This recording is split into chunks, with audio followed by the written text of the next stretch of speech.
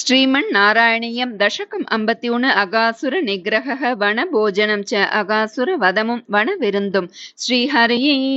नमः। गोपिका जीवनस्मरणं गोविन्द गोविन्द।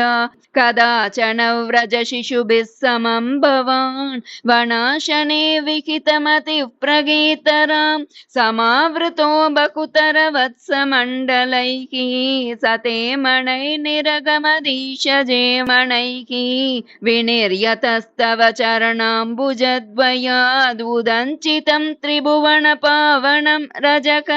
महर्षयः पुलकधरैः कलेबरैः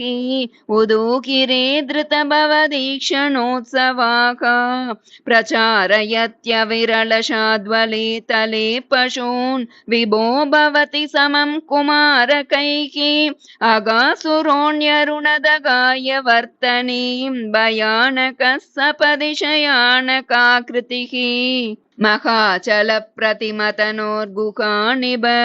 प्रसारितप्रतितमुखस्य कानने मुकोदरं विकरणकौतुकागताः कुमारका किमपि विदूरगे त्वयि प्रमादतः प्रविशति पन्नगोदरं क्व तत्तनौ पशुपकुले सवात्सके विदन्निदं त्वमपि विवेशितः प्रभो सुहृज्जनं विशरणमाशु रक्षितुं गलोदरे विपुलितवर्ष्मणा त्वया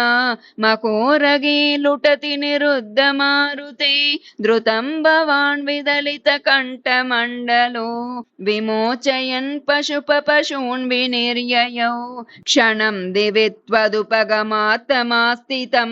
मखासुरप्रभव मखो महत् विनिर्गते त्वयि तु निलीनमञ्जसा नभस्थले नृतुरतो जगुस्सुराका सविस्मयैः कमलभवादिभिः सुरैः अनुद्रुतस्तदनुगतः कुमारकैः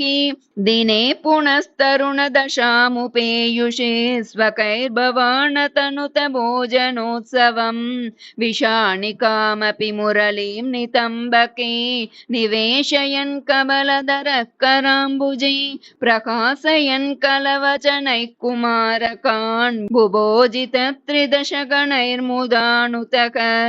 सुकाशनन्त्विह तव गोपमण्डले मकाशनात् प्रियमिव देवमण्डले